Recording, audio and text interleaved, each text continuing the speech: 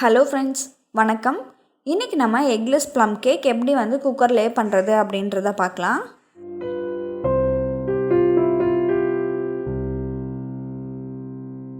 இது பண்ணுறதுக்கு ஃபஸ்ட்டு குக்கரில் கொஞ்சமாக மணல் போட்டுக்கோங்க. அப்படி இல்லைன்னா உப்பு கூட சேர்த்துக்கலாம். அதுக்கு மேலே இந்த மாதிரி ஸ்டாண்டு வச்சுருங்க. இப்போது இந்த குக்கரை மூடி அடுப்பை மீடியம் ஹீட்டில் வச்சுக்கலாம். குக்கரில் விசில் கேஸ்கெட் எதுவும் போடாதீங்க. அடுத்ததாக நம்ம கேக் பேட்டர் ரெடி பண்ணிக்கலாம். இது பண்ணுறதுக்காக ஒரு பவுல் மேலே நான் சல்லடையை வச்சுருக்கேன். அதில் நம்ம 1 கப் அளவுக்கு மைதா மாவு சேர்த்துக்கலாம். அடுத்ததாக 2 டீஸ்பூன் அளவுக்கு கார்ன்ஃப்ளவர் சேர்த்துக்கலாம். 4 டேபிள் ஸ்பூன் அளவுக்கு கொக்கோ பவுடர் சேர்த்துக்கலாம்.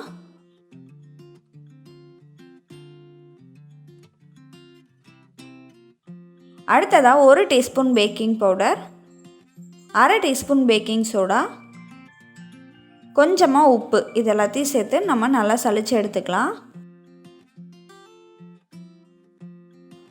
இந்த மாதிரி சலிச்சுக்கோங்க. இப்போ நல்லா இதை கலந்து விட்டுறலாம்.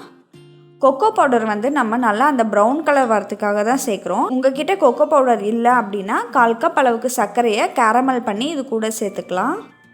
அடுத்ததான் இது கூடவே 1/4 டீஸ்பூன் அளவுக்கு ஜாதிக்காய் பொடியும் 1/4 டீஸ்பூன் அளவுக்கு பட்டை பொடியும் சேர்த்துக்கோங்க.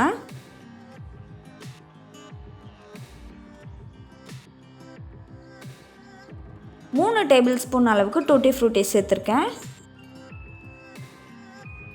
அதே மாதிரியே 3 டேபிள் ஸ்பூன் அளவுக்கு நட்ஸ் எல்லாம் சேர்த்துருக்கேன். இதில் முந்திரி, பாதாம், பிஸ்தா இதெல்லாம் சேர்த்துருக்கேன். அடுத்ததாக 2 டேபிள் ஸ்பூன் அளவுக்கு உலர் திராட்சை சேர்த்துருக்கேன். 2 டேபிள் ஸ்பூன் அளவுக்கு செர்ரி சேர்த்துருக்கேன். அடுத்ததாக 3 டேபிள் ஸ்பூன் அளவுக்கு பெருச்சம்பழம் சேர்த்துருக்கேன். இது உங்களோட டேஸ்ட்டுக்கு தகுந்த மாதிரி நீங்கள் உங்ககிட்ட இருக்க ட்ரை ஃப்ரூட்ஸையும் நட்ஸையும் சேர்த்துக்கலாம். அடுத்ததாக நம்ம 1/2 கப் அளவுக்கு பாலில் 1 டீஸ்பூன் அளவுக்கு லெமன் ஜூஸ் சேர்த்து எடுத்து வச்சிடலாம்.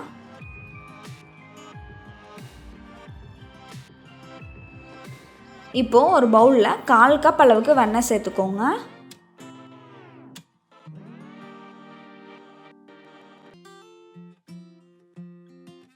இதை நம்ம விஸ்கை வச்சு நல்லா இந்த மாதிரி மிக்ஸ் பண்ணி விட்டுறலாம். இந்த பட்டர் நல்லா சாஃப்ட் ஆகிற வரைக்கும் அடிச்சுக்கோங்க.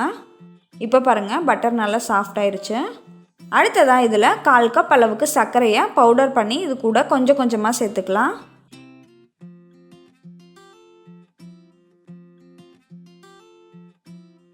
இந்த மாதிரி சேர்த்து விட்டு நல்லா இந்த மாதிரி பீட் பண்ணிக்கோங்க.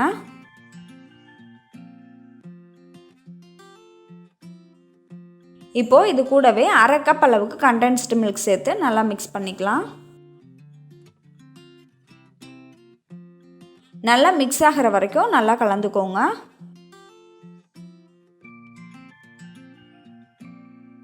அடுத்ததாக நம்ம கலந்து வச்சுருந்த பாலும் லெமன் ஜூஸும் இது கூட சேர்த்துக்கலாம்.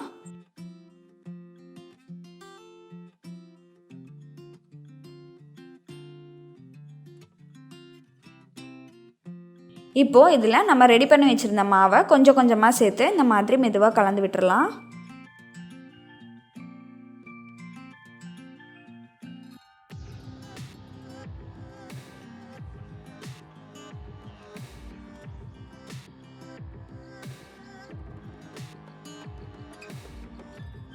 இது கூட நம்ம 1 டீஸ்பூன் அளவுக்கு வெனிலா எசன்ஸையும் சேர்த்து நல்லா கலந்துக்கலாம். இப்போ பாருங்கள், நம்மளோட கேக் பேட்டர் ரெடி ஆகிடுச்சு. இதை நம்ம கேக் டின்னில் ஊற்றிக்கலாம். கேக் டின்னில் நான் கொஞ்சமாக ஆயில் அப்ளை பண்ணிவிட்டு அதுக்கு மேலே பட்டர் பேப்பர் போட்டு வச்சுருக்கேன். இதில் நம்ம ரெடி பண்ணி வச்சுருக்க கேக் பேட்டரை ஊற்றிடலாம்.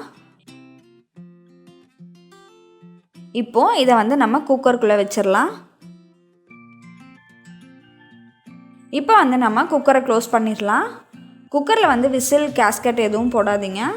அப்படி இல்லைன்னா குக்கரோட மூடி போடாமல் நம்ம நார்மலான ஒரு பிளேட்டை வச்சு கூட நம்ம மூடிக்கலாம்.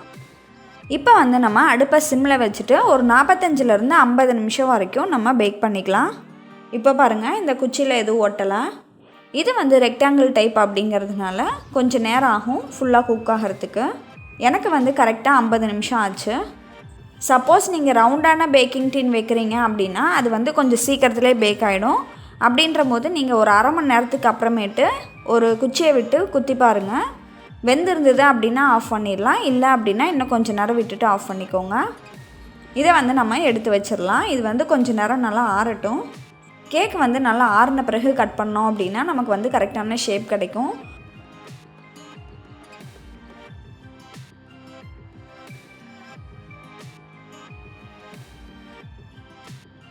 நம்ம வந்து ஃப்ரிட்ஜில் வச்சுட்டு கட் பண்ணோம் அப்படின்னா நீட்டாக கட் பண்ணுறதுக்கு வரும். வேணால் ட்ரை பண்ணி பாருங்கள்.